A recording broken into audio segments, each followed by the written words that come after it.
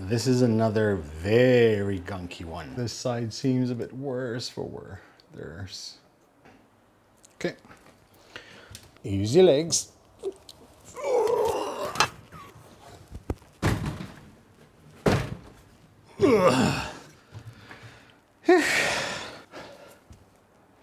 This is my Prusa XL.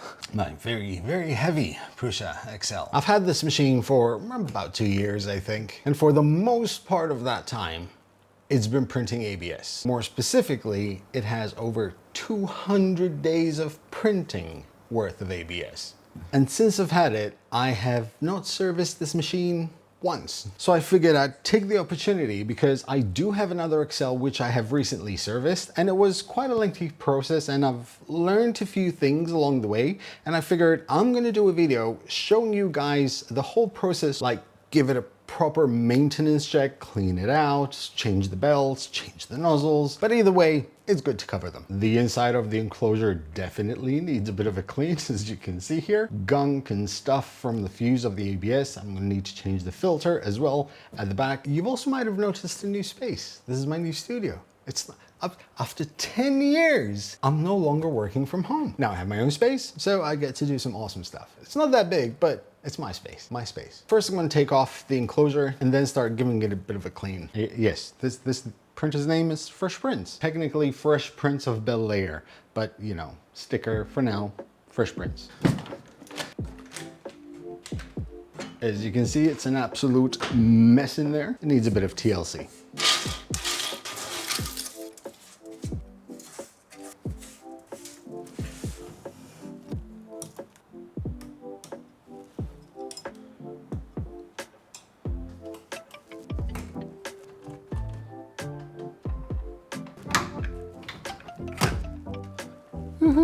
Now, obviously, if you don't have an enclosure, you don't need to do this part.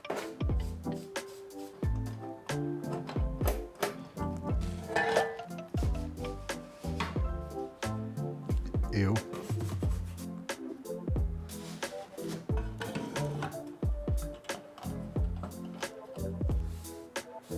Absolutely gross.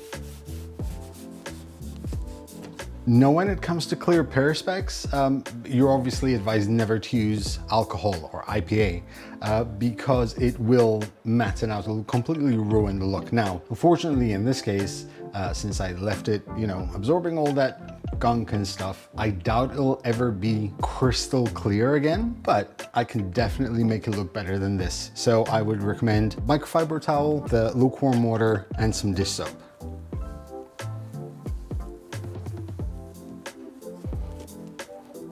So I've been playing around a bit off camera. So this is after cleaning it with soap and warm water. That's the result. On this panel, if you'll notice, this is slightly more clear than this. And the reason is I was experimenting a bit and I used this, which is basically a universal degreaser. Just spray a little bit, let it sit for a minute, and then microfiber towel with warm water, wipe it off. That looks awesome. Now, since it's degreaser, I don't know if it's gonna damage the coating of the enclosure, but it, you know, it works. So, yay. Enclosure is done, it's clean, filter changed. I think it's as good as it's ever going to be, so on to the XL. The first thing I'm going to do is actually change the belts of the Core XY. So you'll probably notice if I move the roller, there's some gunk that gathers in the roller. Now, I don't know if this is because of the ABS that I use. And what that's doing is kind of like eating away at the center of the belt, and this is on both sides. The first thing I'm gonna do is remove this metal plate over here in order to have better access and better see what's going on there to be able to clean it.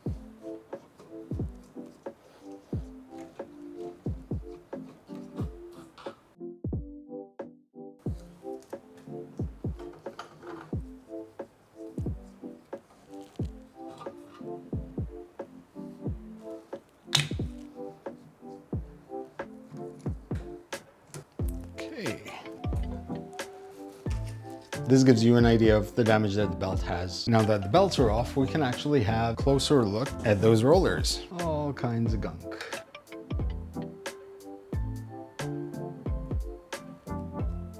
These also seem to need a clean. Now, yes, it would be much easier to just remove the gear from up here and just clean it outside, but I don't want to mess around with the height adjustment of this. There is another idler back here that needs cleaning. Should be fine. On to the other side. This side seems a bit worse for where there's...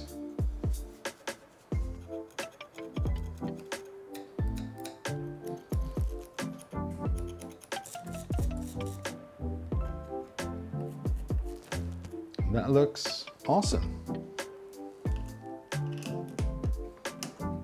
So I was in the process of telling you that you can actually remove the tensioner in order to have better access to clean it. However, then I realized that at some point I must have over tightened the tensioner and I kind of ate away at the plastic. However, that is really not an issue because this is a Prusa machine after all. So all I had to do was just go on printables on the Prusa app, find the XL printable parts, throw it in easy print all from mobile, and then send it off to print on the Core 1L. While that is printing, we can actually go ahead and start cleaning this out. This is another very gunky one. This is one of the idlers for the gantry.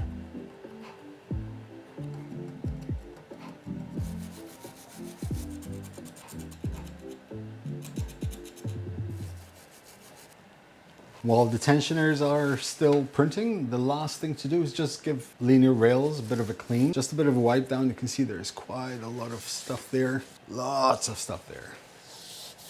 While you're here, I'd also recommend just cleaning up the edges of where the sliders sit on the linear rails. So meanwhile, we managed to print our new belt tensioners, which is absolutely awesome. I got me some grease and I also got me a syringe. I do not have a needle because I don't really feel comfortable going to the pharmacy and asking for just the needle of a syringe. But anyway, I'm sure the question is, why would you need a syringe? We need to re-lubricate the linear rails, and this is how you do it. The idea is to suck up some grease. So I didn't find a needle, but I found this, and this goes onto this, and these are bottles for my machine lubrication. I fill them up with oil, and I can, just be very precise where I put machine oil on my embroidery machines. It goes into that, and this is not sharp. It's perfect. I won't impale myself, I think, and the result is very controlled grease amount.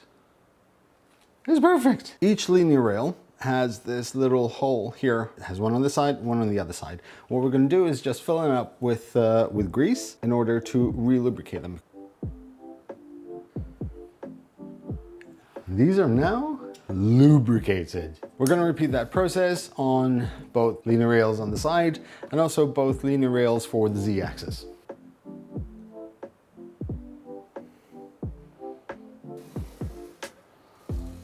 I spent €11.40 for this, and I've used roughly 3 milliliters. Like that, the math is perfect. Next up will be to put the tensioners back in. Now this goes in here, screw goes in this way. No need to tension it all the way at this point because we still have to run the belts. Now at this point, I gotta say that I could have just changed all these rollers around. They're very cheap. Once again, this is a Prusa, so they're easily replaced and maintained. But since I don't have them in hand for now, a cleanup will do. Next time I will be replacing them. So we have the two belts which we got from Prusa. Now for many, this might be the most intimidating part. However, when it comes to Core XY belts, it's just a matter of following the path logic, let's call it. I found that the easiest place to start from is always the tensioner. So if I just remove this tensioner first, pass the belt around, then just hold it there in place. Now the XL does have these two open slots here. So when you push the belt in, you can see to which point it arrived. And you kind of want to align it with the center of that triangle. And once it's there or thereabouts, you can tighten that one side. And you're gonna simply follow the path. If you can see here, there's like a top and a bottom for the two belts. So you're always going to follow the lower path, which in this case aligns with this stepper motor. So the easiest way to go through this, because you have to take it out from there, go around the stepper motor and back in is to push it all the way through. Then just grab a pair of tweezers and pull the belt out. Run it over the stepper motor and you have the belt, which you can pull from the other end. Now for this part, it would be much easier to remove the tool head. So if you have some foam, just going to put it on the bed. And I'm going to remove the tool heads to rest them on there.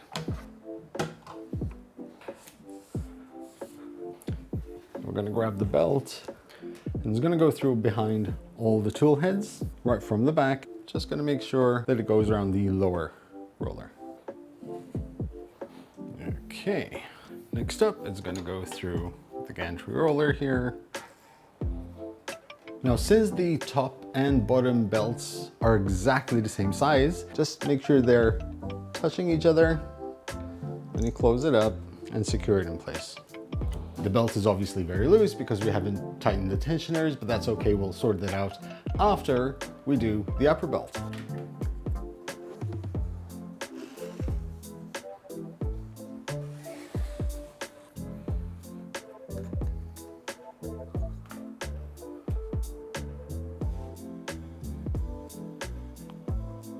In order to find out if they are equal tension, is simply move this to the front, move the gantry to the front, and try pushing it from the side. As you can see, this side there's a bit of play, so you can actually tighten a bit more from here until there's no more play. So now they have equal tension. I'm going to run the belt tuner on the Prusa app.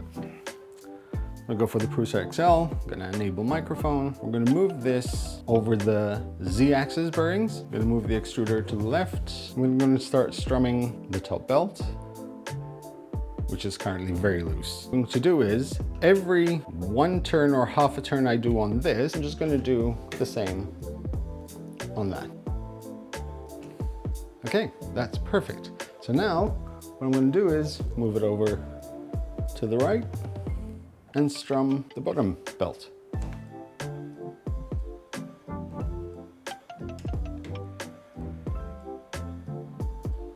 Perfect.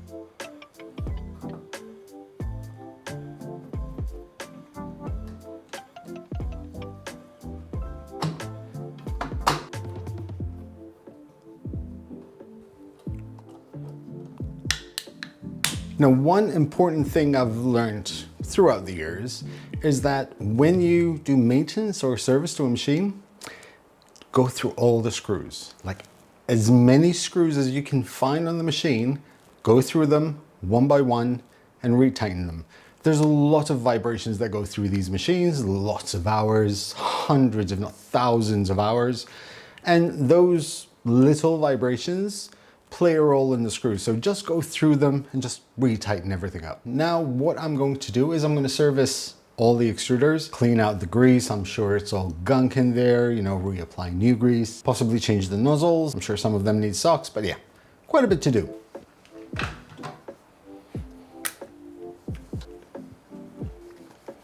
You can definitely tell that extruder number 1 is the most used extruder. Not bad. Not entirely sure, I might have already cleaned this up. Oh, it definitely needs a clean. Yeah. All that gunk in there can easily mess up your Z offset.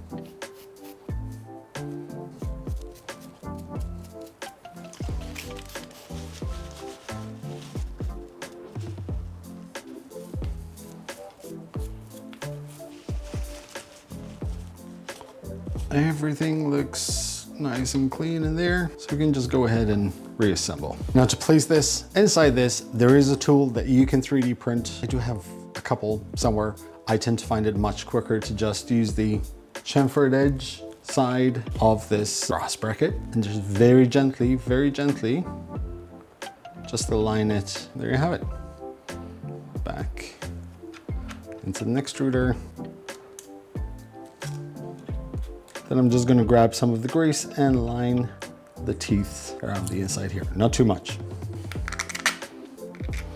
At this point, it's very important, do not over tighten these 3 screws, because once we do all the extruders, then we will run a gearbox calibration process just to make sure everything is perfectly aligned. Definitely we're going to be changing the nozzle and whatever is left of the sock. Now, whatever you do at this point, just be careful not to over twist the heat block, because you can snag the thermistor cable at the back or the heater cable. And since we have the new Bondtech CHT nozzles, we're going to use that. I'm fairly certain that at some point, these were the same height. Don't over tighten, a new sock. Push nozzle against the extruder, tighten it in place, not too much. There's a rejuvenated extruder.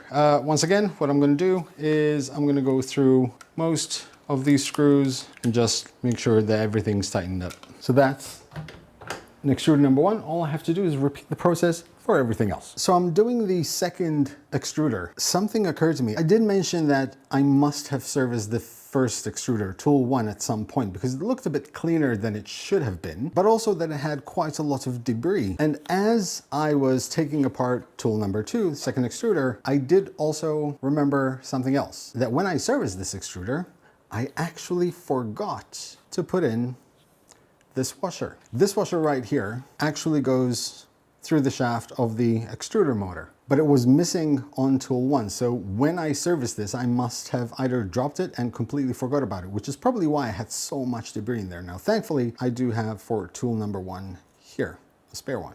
So that goes in there. Now, another thing I want to emphasize here when it comes to replacing nozzles, when you start tightening up the nozzle against the heat block, make sure there's no resistance whatsoever all the way through. Just sometimes you might not be holding the heat block perfectly perpendicular and flush with the threads. And the first few threads will go in, but then it kind of binds a little bit. And sometimes you have this instinct to actually start tightening it. And that ruins the threads completely. So make sure that when you tighten it, it doesn't bind at all, and it just easily screws in all the way.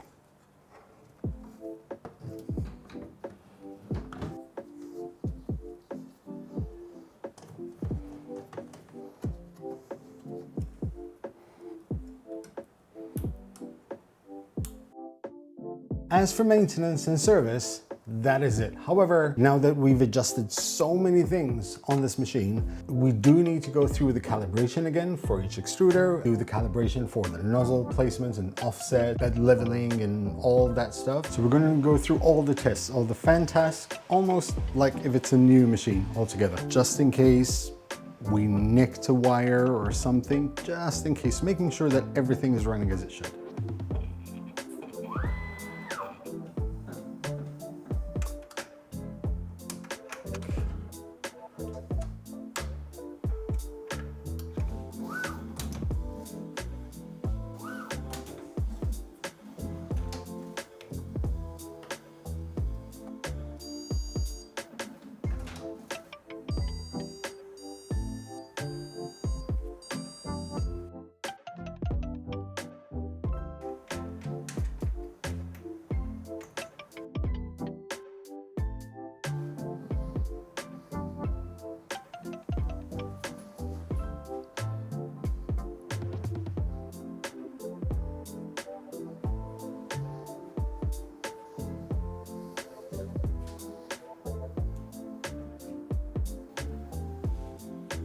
That is it. All tests are done.